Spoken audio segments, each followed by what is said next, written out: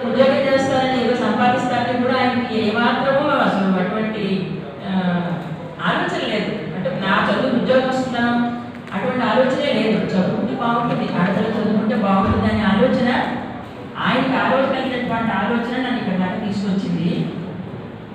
అందువల్ల ఒక ఆడపిల్లకి మగపిల్లవాడికి చదువు చెప్పించడంలో వివక్ష పాటిస్తున్నటువంటి ఇంకా ఇప్పటిదాకా ఉద్యోగం వాటి అటువంటి స్వర్ణయుగం కూడా చూశారు ఆయన. అయితే ఒకే ఒక విషయం ఏంటంటే స్వీయ చరిత్రను రాసినటువంటి ఆడవాడు తప్పు. కరెక్ట్, ఆ విషయం ఒప్పుకోవాలి. అంటే నేను సాహిత్యానికి మాత్రమే కన్వైగా ఉందనుకున్నాను. స్వీయ చరిత్రను రాసిన ఆడవాడు చాలా తప్పు. ఎందుకని అందులో ఉండే వాళ్ళ అనుభవాన్ని గురించి పేర్కొనడంలో రకరకాలైనటువంటి ఇబ్బందుల్ని ఆడవాళ్ళు ఎదుర్కొంటారు.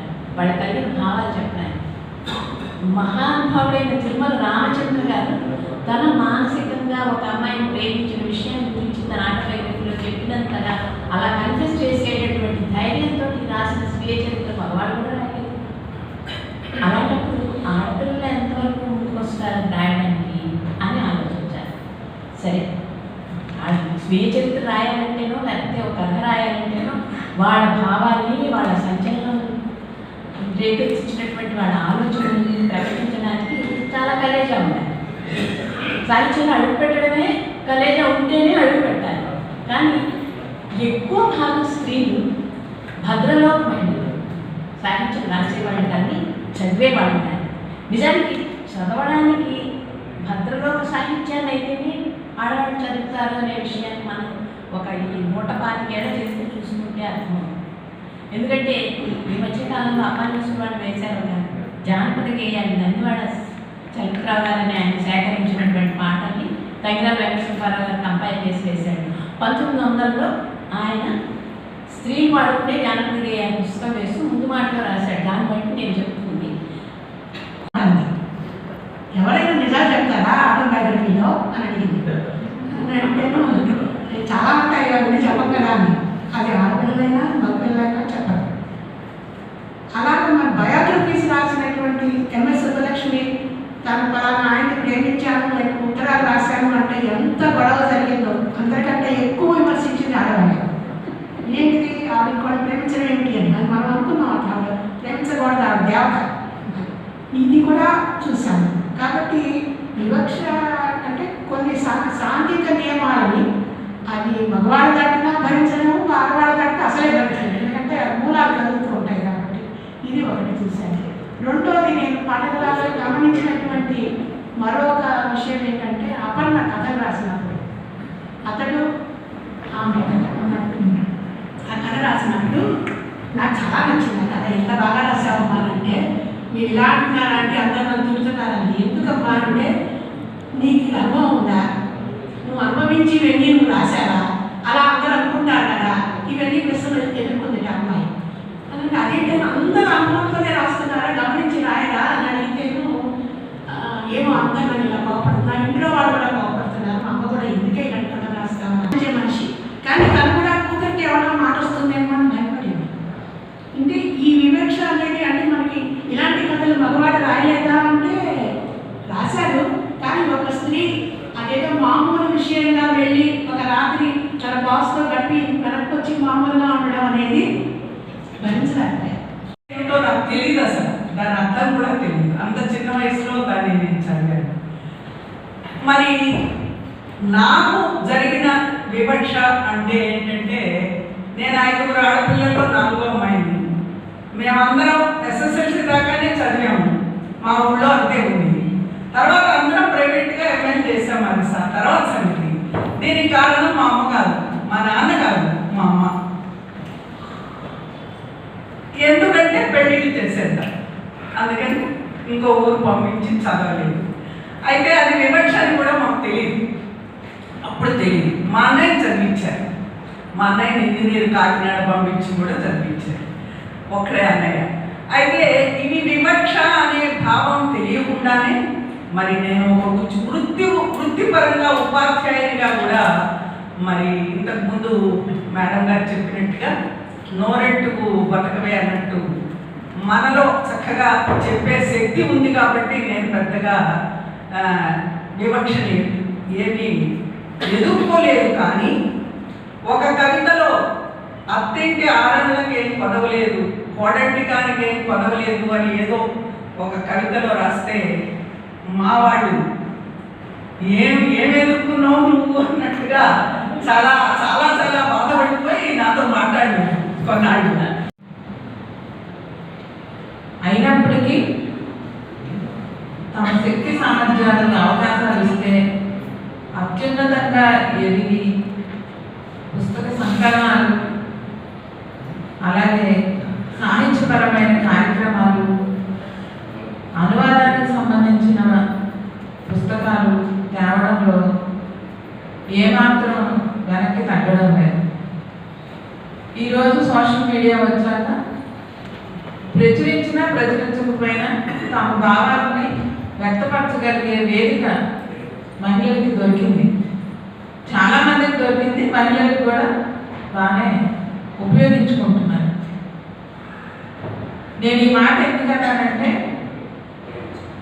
ఇందాక అన్నట్టు ఒకప్పుడు మహిళలు రాసిన రచనలు మగవాళ్ళు కూడా మహిళల పేరు పెట్టుకుని రాశారు, ఇప్పటికీ రాస్తున్నారు కొంతమంది. ఇంకొంతమంది ఏమో ఇద్దరు పేర్లు పెట్టి రాస్తున్నారు, భార్యాభర్తలు ఇద్దరు పేర్లు పెట్టి ఆయనే రాస్తారు.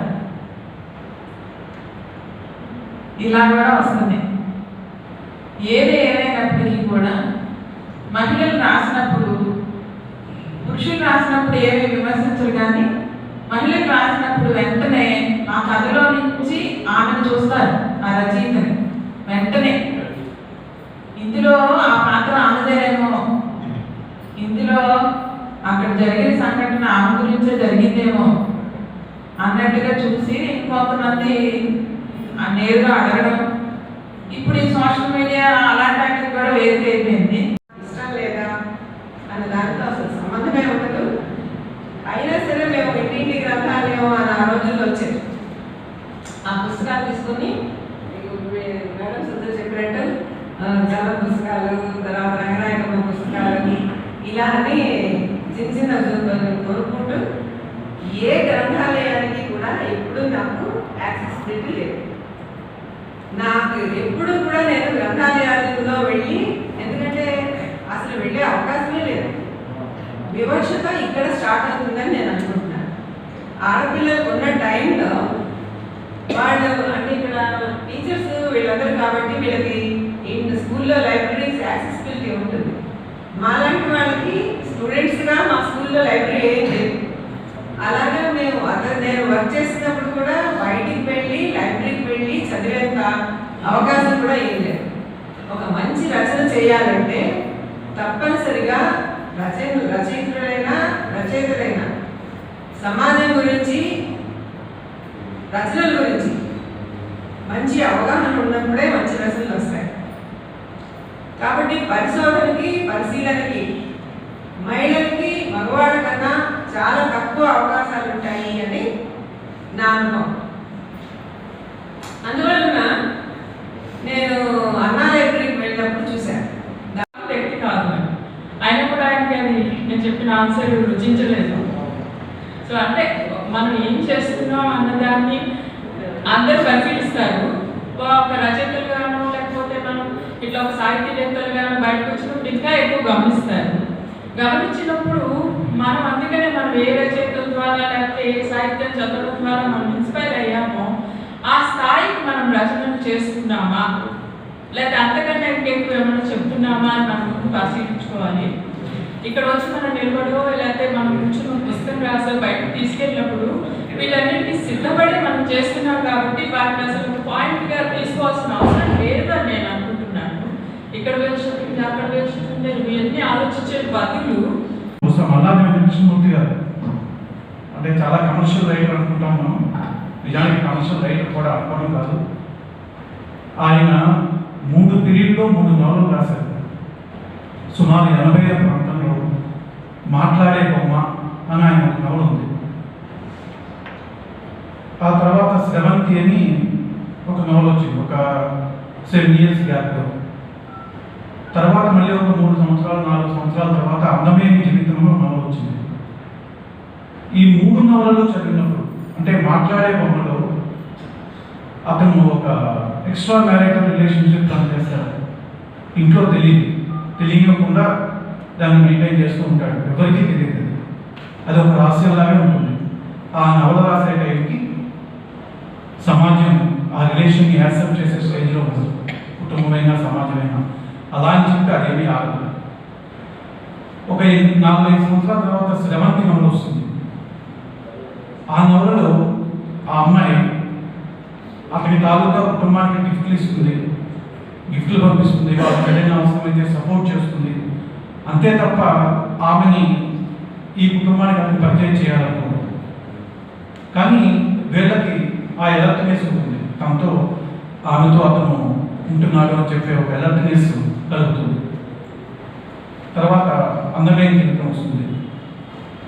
ఈ 3 నవలలు వచ్చిన తర్వాత మళ్ళీ ఇదే కాన్సెప్ట్లు దాదాపు ఒక 7-8 ఏళ్ల క్రితం రెంటాల కల్పన గారి కన్హాయి, కొమ్మూరి రవికిరణ్ గారి అల్లంత పురాణం, కన్నడలో అతడు ఆమె అని చెప్పి ఒక చతురులో ఒక నవల వచ్చింది. 3 నవలలు మారుతున్నటువంటి ఆ టైంని, ఆ పీరియడ్ని, మనుషుల ఆలోచనని, ఆడవాళ్ళైనా మగవాళ్ళైనా వాళ్ళ స్వభావాలని ఈ నవలలు కానీ ఈ రచయితలు కానీ చాలా బాగా రికార్డ్ చేశారు. చాలా అర్థవంతమైన చర్చ, దాంట్లో ఆవేదన, ఆలోచన కలిగించే అనేక విషయాన్ని విన్నాం. వేదిక మీద ఉన్న పెద్దలందరి అనుభవం చేత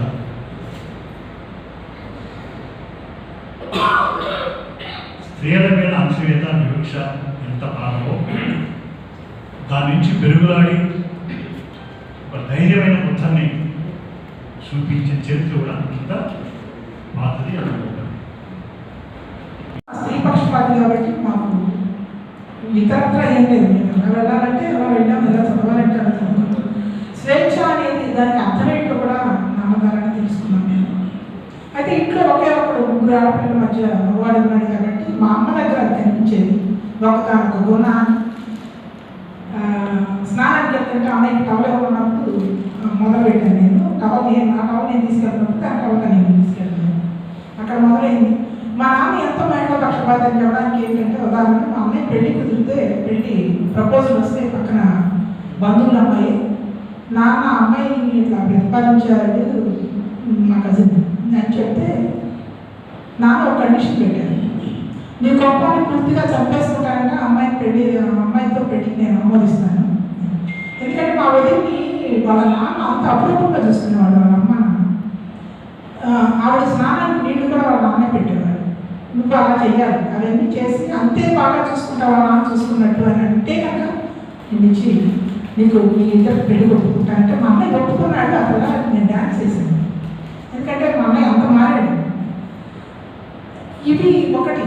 అయితే సాహిత్యానికి సంబంధించిన అంశాలలో ఇవే ప్రభావితం అవుతాయి. మనం ఏం చేసినా ఏం రాసినా అవి రాయడానికి నాకు చాలా భయం ఉంది. అంటే భయాలంటే నేను బాగా రాయలేనన్న ఒక ఫీలింగ్ ఇప్పటికీ వెంటాడుతూ ఉంటాను.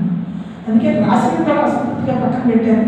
ఏదో ఒకటి సత్యాన్ని గారు ప్రచురించారు. అంతకుముందు ప్రజాశక్తిలోనే ఒకటి రాసినాను, ఒకటి కథలు. ఆ కాలంలో ఇంటి పనిలో మహిళలు ఎంత నలిగిపోతారు, మగవాళ్ళు ఇంటి పని ఎంత తక్కువ చులకనగా చూస్తారనేది ఒక కథ శీర్షిక గుర్తులేదు. తర్వాత పుట్టింట్లో ఆడపిల్ల స్థితి గురించి ఒక చిన్న కథ ఒక 4-5 ఏళ్ల క్రితం ప్రజాశక్తిలోనే వచ్చింది. ఒక చరిత్రకు సంబంధించిన ఒక కథను మాత్రం నేను గ్రౌండ్ లెవెల్కి వెళ్ళి శోధించి రాశాను. అది పూర్తి చేశాను. కానీ దాన్ని ఇంకా బాగా సమగ్రంగా తేవాలన్న ప్రయత్నంలో నేను అట్లా ఉన్నాను. సో ఈ అన్నింటిలో నేను అక్కడ వివక్ష ఎదుర్కోలేదు. పత్రికా దీనిలో నేను కొన్ని కాలమ్స్ రాసుకున్నాను. ఆడపిల్ల మెచ్యూర్ అయితే ఇక చదువు లేదు అన్న కుటుంబంలో నుంచి వచ్చానండి నేను. అయితే మా నాన్నగారు 4వ తరగతి చదువుకున్నారు, మా అమ్మగారు 9వ తరగతి చదువుకున్నారు. మా మేనత్త 5వ మేనత్త భర్తతో పడిన బాధల కారణంగానో లేకపోతే మరి మా నాన్నగారికి ఎందుకు అనిపించిందో నన్ను చదివించాలని డిసైడ్ చేశారు. ఆ రోజు ఒక కమోషన్ మా కుటుంబంలో. 2nd క్లాస్లో ఉన్న నేను విపరీతమైన అల్లరి చేస్తుంటే మా అమ్మగారు తట్టుకోలేక నన్ను ఇలాగా టూలెట్ కింద కూర్చోబెట్టి చందమామ ముందేసి చదువుకున్నారు. మరి ఆ క్షణం ఎలాంటిదో అప్పటి నుంచి నేను చదువుతూనే ఉన్నాను. డిగ్రీకి వచ్చినాక ఆంగ్ల సాహిత్యం పరిచయం అయింది. అట్లా నేను తెలుగు ఇంగ్లీష్లో విపరీతంగా చదివాను. ఏం చదవాలి ఇది అని చెప్పకుండా బ్లాక్ అండ్ వైట్లో ప్రతిదీ చదివాను. రైటర్లు మాత్రం ఎలా అంటే ముందు లేఖలు రాసేదాన్ని. నేను మా కొలీగ్కి థ్యాంక్స్ చెప్పుకోవాలి. 22 ఏళ్ళు సంసారం చేసిన తర్వాత ఆయన తన భార్యకి డైవోర్స్ ఇచ్చి మాతో పనిచేసే మరో కొలీగ్ని పెళ్లి చేసుకున్నాడు. చేసుకుని వచ్చినా తెలిసింది మాకు ఈ విషయం, ముందు తెలియదు. నేను మా నెక్స్ట్ కొంచెం ఆత్మీయంగా ఉండే ఒక మాస్టర్ని అడిగాను, ఆయన ఎందుకు పెళ్లి చేసుకున్నారు అని. ఆ మొదటి భార్య బిడ్డ లేదు అని ఈవిడ పెళ్లి చేసుకున్నాడు. ఈవిడ ప్రధాన గ్యారెంటీ ఏంటి, అంతమంది లోపం ఉండొచ్చు కదా అన్నాను. మీరు నాతో అంటున్నారు కానీ ఆయనతో అనగానే గొడవ అవుతుంది అందరం కొలీగ్స్ అంటారు. సో అదండి నేను రాసిన మొదటి కథ బంధం. ఇదే పాయింట్ మీద రాశాను. అట్లా నేను ఇన్నేళ్ళు చేసిన రచనలన్నీ కూడా సమాజంలో నేను చూసిన సమస్యలు, ఈ సమస్యల పరిష్కారం ఏంటి అని నేను ఆలోచించుకున్నాను. అందుకే నా కథలో ఊహలు ఉండవు. రొమాంటిక్ ఫీలింగ్స్ ఉంటాయి, భావం ఉంటుంది, ఊహలో ఉంటుంది, కానీ పరిష్కారాలకు వచ్చేటప్పటికి ఊహలు ఉండవు. లేదంటే పాఠకుని ఒక ఆలోచన వదిలేస్తాను.